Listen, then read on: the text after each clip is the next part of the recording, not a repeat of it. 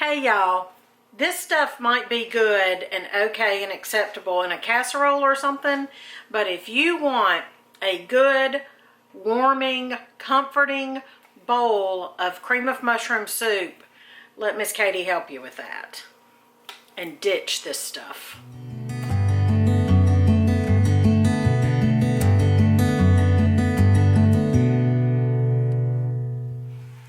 Hey y'all, I'm Miss Katie. Welcome to Heritage Ways, and this is Heritage House, a village homestead. This is where we honor home, celebrate heritage, and spread hope.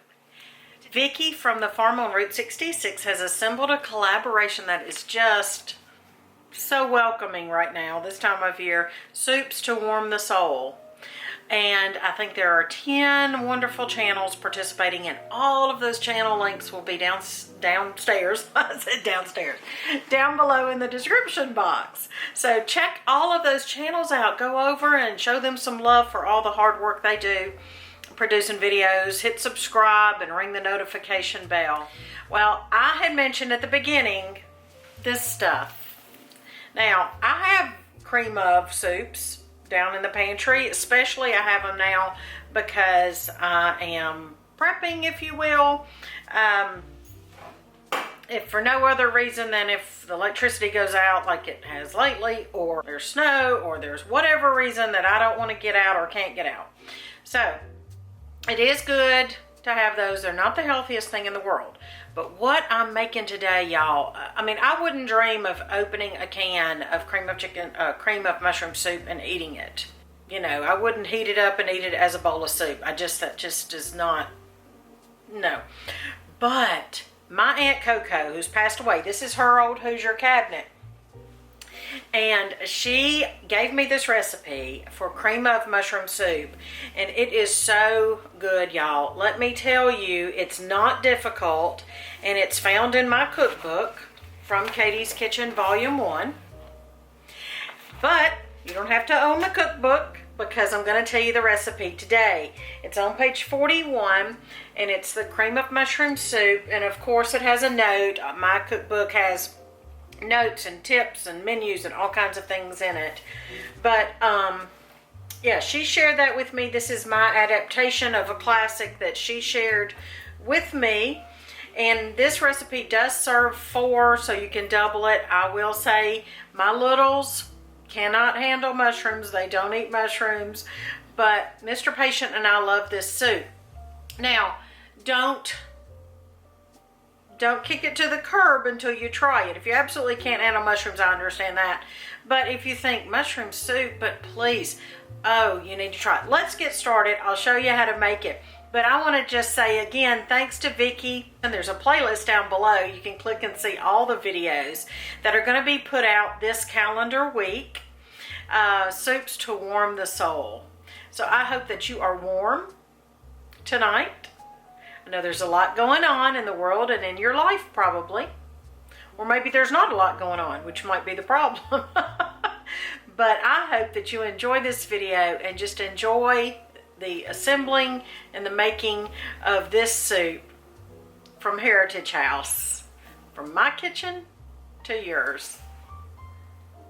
1/4 cup of unsalted butter. That's half a stick. My little homemade butter dish here is needing some love, needing some cleaning, but got that in Berea, Kentucky. Love homemade heritage items, handmade.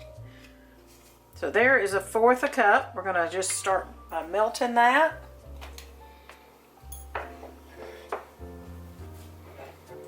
You'll need 1 small onion diced. This is a candy onion from my Amish neighbor friends.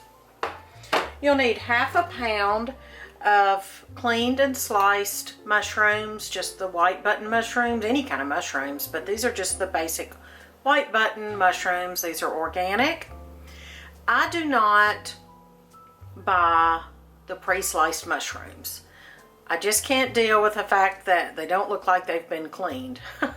I do have a video that tells how I clean the mushrooms with very little to no water, because you don't want the mushrooms to soak up any water. You just don't want that. So I do have a video showing how I clean and slice mushrooms. You'll need 4 tablespoons of all-purpose flour. This is an organic unbleached flour. You need 1 cup of beef broth. This is from Aldi because I don't have any made myself. This is an organic non-GMO. Just 1 cup, so there's 4 cups in here. You're going to need 2 cups of half and half. Or if you don't have half and half, you could use evaporated milk if you wanted to. Need a bay leaf. You'll need a 1/4 teaspoon of ground nutmeg, and then salt and pepper to taste. So in the melted butter, you're going to saute the onions,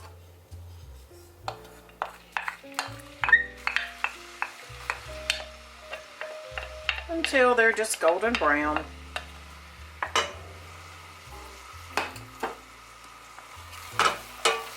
I like handmade and homemade, like I just said. This spoon came from my friends, the Polders, and I actually have a link down below. I wish you'd check out the description box below because I've worked hard to provide a lot of information for you down there, and it's just found right under the video. And also I have a link of several of our friends who make and sell handmade goods, homemade goods, and there's one section down there that's we're kind of affiliated with the businesses, but there's another section that we're not affiliated with. I just share it just to help out our friends and just things that we love. So I wish you'd check that out down below, that description box. Our contact information is there. Just really all kinds of information is down in the description box. I wish you could just smell this, the butter and the onions. I mean, it's already smelling delightful. Now, you can cook these till they're golden brown or just translucent. Now I'm going to add my 1/2 pound of cleaned and sliced mushrooms. Mr. Patient's working tonight. He works at a retail establishment and he's closing the store tonight, so I'll be taking him some. I think it's going to be 34 degrees tonight is the low, so I'll be taking him some soup here when I'm finished making it. I'm just sauteing. I've got it on not quite high.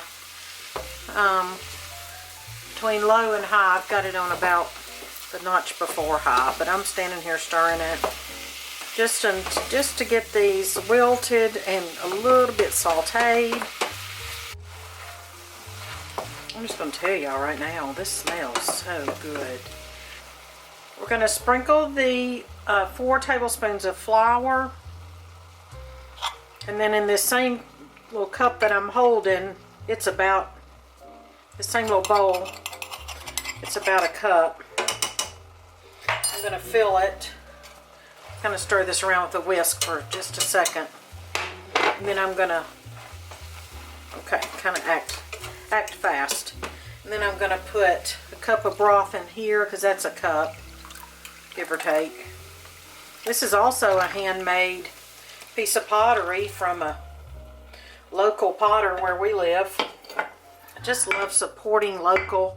I love doing that. Supporting small business, supporting cottage business, home business.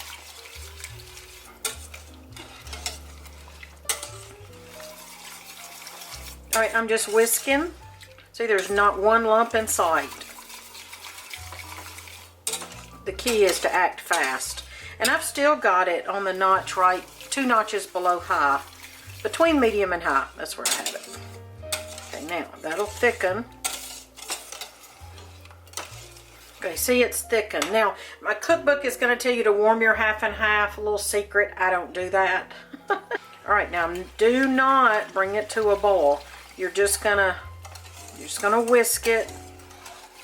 All right, I'm just whisking it all together, and then I'm just standing right here. It's still on that medium to high.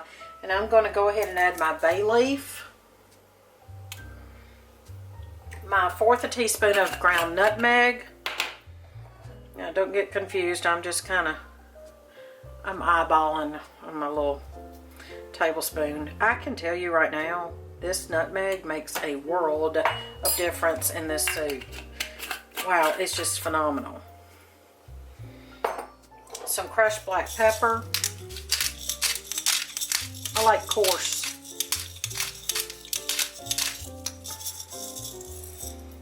And then I've got Himalayan sea salt.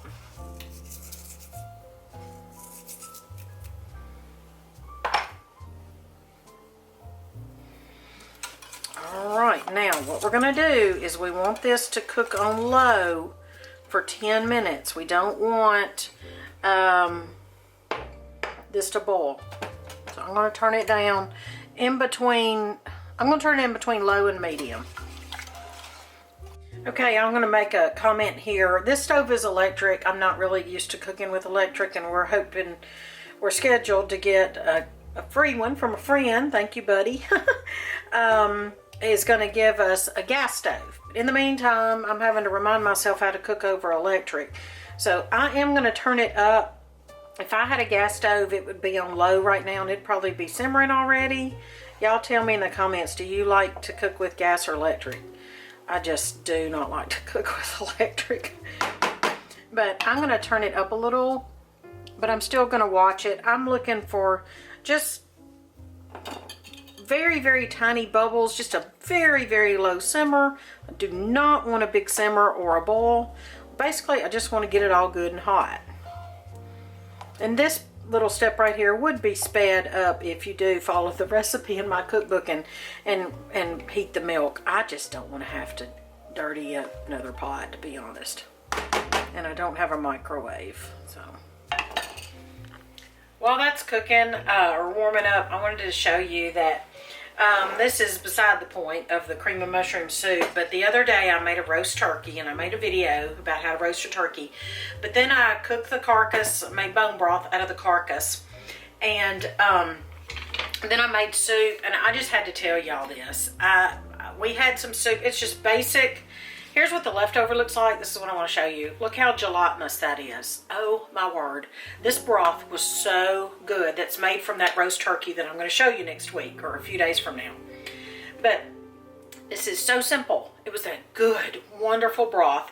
Some leftover ground beef and elk and some browned onions together. So it was just leftover in the refrigerator, and sliced carrots and potatoes.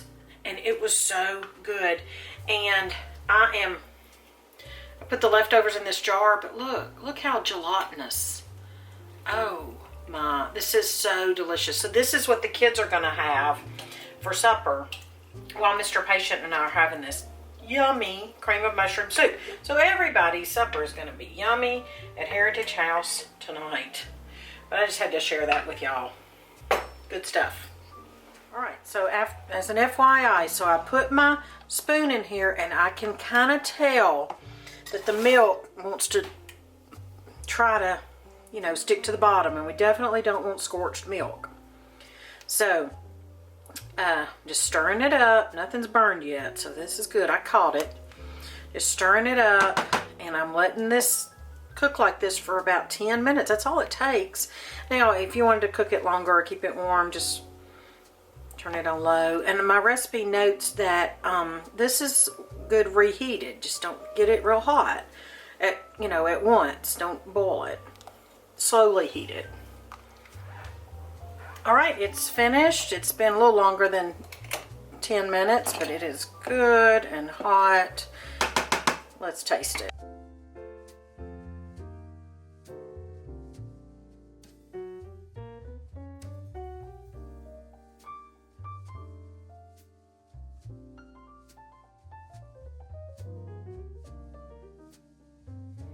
While mine is cooling in my bowl, I'm going to put some in this little microwave safe, PBA friendly, whatever it's called. Not horrible plastic, what are those things called? Bowls. And then take it to Mr. Patient. He's going to love this. I'm going to give him most of it, although I could eat half of it myself. Okay. Discard the bay leaf. Look at that. Creamy and really not unhealthy. It's really not. It has no added things that the canned stuff has.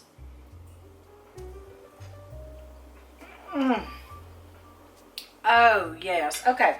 I could use a dab more salt. It's better to not put... You don't want to have too much, and then, you know, what do? You can put a potato, if you have a soup with too much salt, or something with too much salt, you can put a whole potato, and then take the potato out at the end and throw it away, and that absorbs the extra salt. But, you know, why have to do that? Just... Oh, y'all, that is so good, and it was not hard. You saw that. Creamy soup that is comforting and warming to the soul and the body on a cold winter's night. Okay, well, I'm gonna say goodbye so that I can stand here and finish my little bowl before I take Mr. Patient his. Thanks for watching, and I'm glad you joined me, Miss Katie, here at Heritage Ways in my heritage house of Village Homestead. I love to cook, and I hope you'll come back next time for whatever we have prepared for you about honoring home, celebrating heritage, and spreading hope.